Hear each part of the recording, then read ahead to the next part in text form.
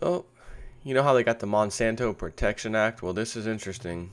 I love hearing stuff like this. This is taking it to the next level for the good of humanity.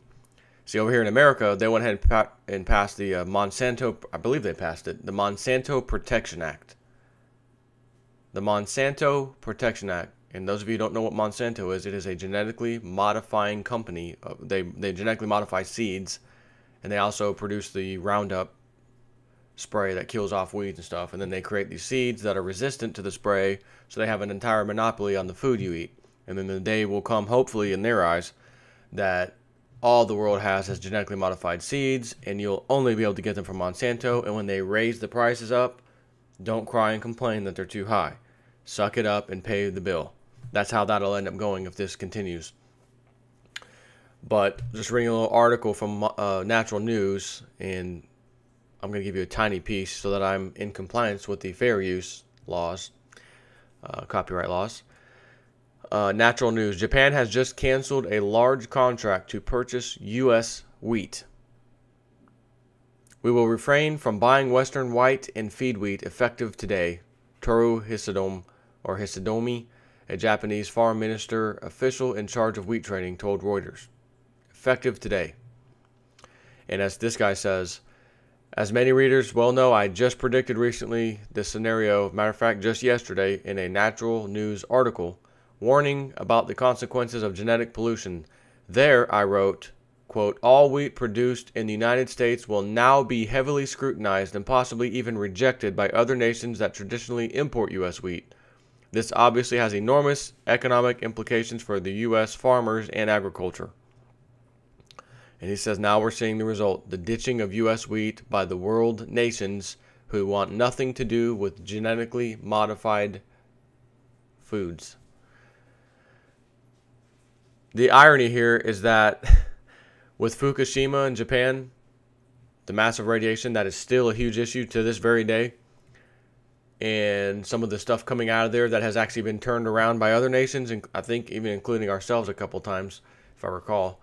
I think one of them was like a shipment of cars or something like that, and maybe it was Russia that got the cars. One nation got the cars, and all the radiation detectors at the port went off. Turn that boat around. See ya. Ain't taking them. This was a while ago. So the irony is that a radioactive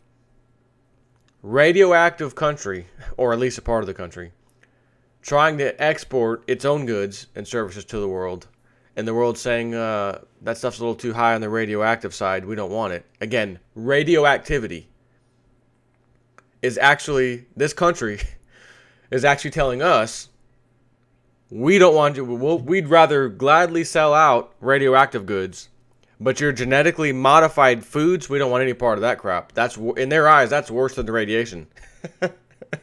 And to be honest with you, they might be right.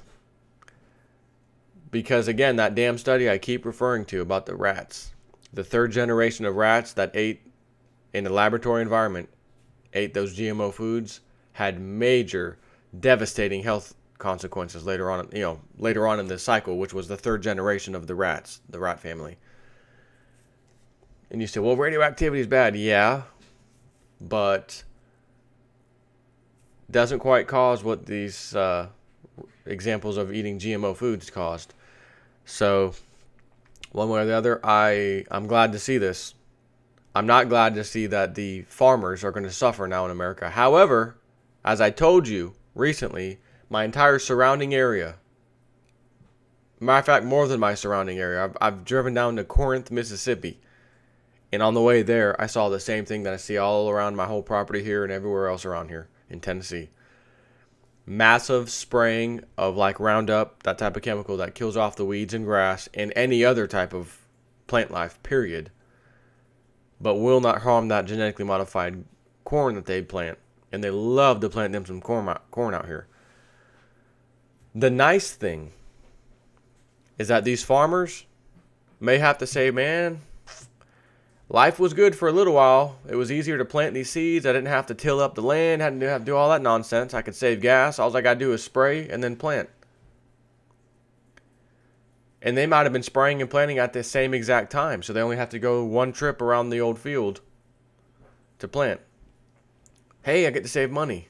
Now they're going to say, hey, no one wants to buy my corn anymore like they used to. Hey, all these countries don't want to import it. Huh. Well, why not? Oh, because I'm using genetically modified corn. Guess what you want to do if you want to stay being a farmer? You got to stop using genetically modified corn. And if you stop using genetically modified corn, that also means you will stop spraying the fields with that poisonous crap that kills off all the weeds and grass and everything else. Because you won't be wasting that on your crops that are organic, basically, because you will be killing the organic crops. Therefore, you will have no choice but to not use that crap and go ahead and till up the land like you're supposed to and grow it like you're supposed to. This, I'm very happy to see today, I must say. Take care.